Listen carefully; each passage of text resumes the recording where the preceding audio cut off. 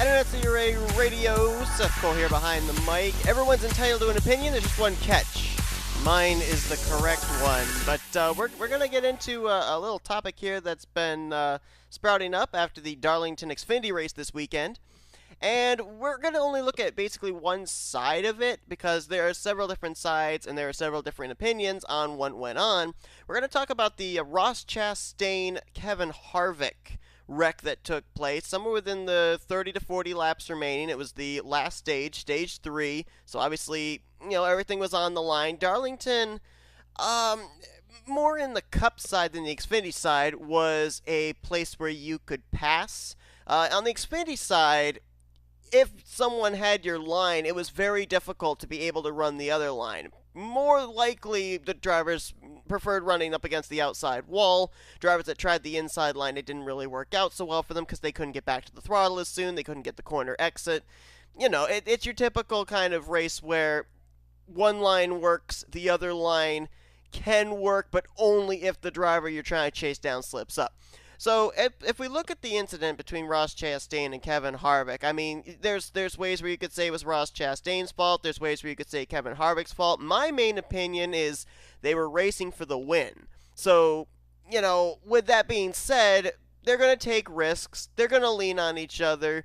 Moves are going to be made knowing that with it being as difficult as it was to pass, you've got to be willing to just go over the line just a little bit because if you don't, you're probably not going to end up winning that race. So, and of course, everybody's also saying, well, if Kevin Harvick hadn't been in this race, then none of this would have happened. Why are there Cup drivers in the Xfinity Series? We're not going to go down that road. We're not going to, cover that stuff. We're not going to voice opinions about that because, it's been arguments that have been made over and over and over and over again. And the big thing is, it's not going to change anything. So, it's all right to have an opinion, but you have to realize that having your opinion doesn't necessarily mean you're in the right or you're in the wrong. It's not going to change a doggone thing. It's going to be the same go-ahead rigmarole that we've had week after week. You're still going to have Cup drivers in the Xfinity Series. You're still going to have drivers that are going to make moves for the win that are more than likely going to take out your favorite drivers. Now, I readily admit, I was on the Ross Chastain bandwagon. I'm on an underdog bandwagon all the time. If I can see a driver that's really proved himself, getting into a good ride and having a chance to be able to win, absolutely. I was behind Ryan Preece when he made the move from JD Motorsports over to Joe Gibbs Racing. He took his opportunity. He was in a race-winning caliber ride. What'd he do? He went out and he went to victory lane, picked up his first career Xfinity Series win. Same deal for Ross Chastain. This guy has definitely proved himself not only in the Xfinity Series. I mean, he's set to make the Xfinity chase for the championship 2 straight years in what they classify as underfunded equipment. And he also, let's be honest, kind of proved himself up in the Cup Series too. He's running November 15 for Premium Motorsports. That's a team that a few years ago, they were lucky if they were able to finish up in the top 30, and Ross Chastain, I'd have to look at the statistics, but I think he's finished in the top 30 at least 3 times that I can think of.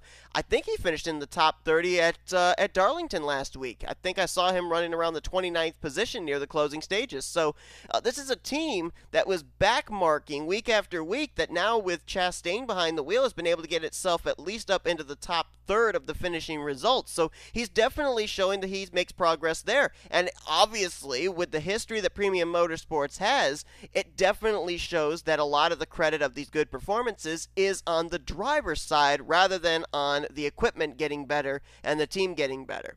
But with that being said, all right, so we go to the Ross Chastain thing, and we have the wreck between him and Kevin Harvick.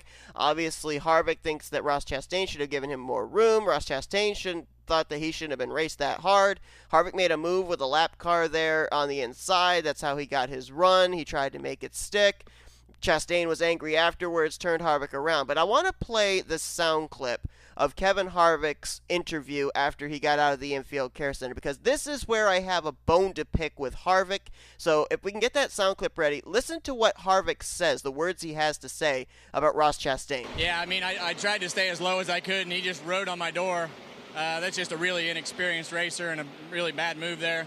And got the air on, got on beside me and just kept going up the racetrack. I couldn't do anything with the wheels. So got a really inexperienced guy in a really fast car that made a really bad move and then wrecked me. Down the back straightaway, hooked me to the right. So just probably the reason that he'll never get to drive many of them again. And, of course, after Harvick said that, Chip Ganassi coming out and saying that Ross Chastain will indeed get more rides in the 42 and more opportunities. But so good job for Chip Ganassi coming out and supporting Ross Chastain. But the thing that really got to me about that whole interview was he says that's just inexperience of a driver that's not used to race-winning caliber race cars putting himself in a position in a race-winning caliber race car that he's not used to. That is what really, really got to me, because I want to go back. I want to go way back to 2001 at Atlanta Motor Speedway. There was a guy, he was making only his third start of his Cup Series career. All right? Only his third start at Atlanta Motor Speedway. It was the final lap. There was a driver that tried to make a move to his inside coming out of turn 4, tried using a lap car as a pick. Kevin Harvick came down on the door to be able to try and side draft and stop the momentum. He pinched the other car down and beat him to the line. Kevin Harvick beating then three-time champion Jeff Gordon in only his third start. How does that not count for inexperience? And let's be honest, Kevin Harvick was thrust into a car that was a race-winning caliber car that year. Kevin Harvick made his very first start in the second race of 2001 at North Carolina Speedway, Rockingham, what have you. He finished out the year with 2 wins, Atlanta, and he also won later on that year at Chicagoland. Finished out the year 9th in the point standings as a rookie. That is definitely a race caliber winning team. He was thrust into it with inexperience, and it seemed to work out pretty well for him. Wow, how quickly we forget that we were in the same shoes as Ross Chastain. But yet when Ross Chastain does the exact same thing, trying to get his first career win, Kevin Harvick has a fit. And let's be honest too, okay? Let's just look at the two of their backgrounds. I'm not saying Kevin Harvick hasn't earned his wins. I'm not saying Kevin Harvick didn't win the championship that he got back in 2014. I'm not saying that at all. He earned every win that he got. But let's be perfectly honest, Kevin Harvick had his Cup Series career basically served him on a silver platter, driving the old number 3, then turned 29 out of Richard Childress Racing. Case in point, like I said, rookie season. Rookie season. Finishes 9th in the point standings.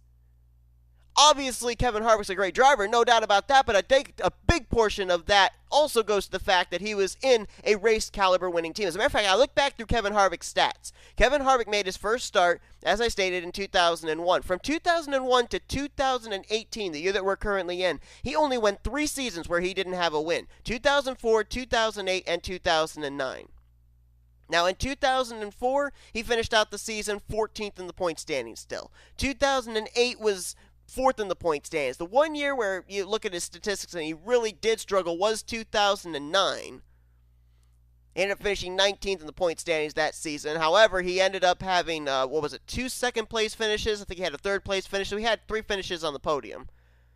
His second-place finishes, I think, was the Daytona 500 in Atlanta. Third-place finish at the season finale at Homestead. Yeah, there were a lot of DNFs in there. That's what really hindered him and had him finish as far down as he did, almost outside of the top 20 in the point standings. But, I mean, let's be honest. Richard Childress Racing from, 2001 to 2013. Stuart Haas Racing since 2014. There's no doubt these are definitely top-tier caliber race-winning teams and top-tier caliber race-winning rides that he was in. Case in point, winning the championship in 2014. And he's actually finished no lower than 8th in the championship standing since 2010.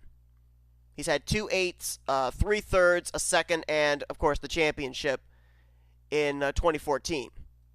So you look at Kevin Harvick, and he was in a race caliber winning ride when he started out. That's not the case for Ross Chastain. I believe, I don't know if it was exactly 200 starts, but they were saying with Ross Chastain winning stage 1, winning stage 2, a big chance that it looked like Ross Chastain might close out the deal with Darlington. They kept going over the fact that Ross Chastain, I think they said he had over 200 starts in the Xfinity Series.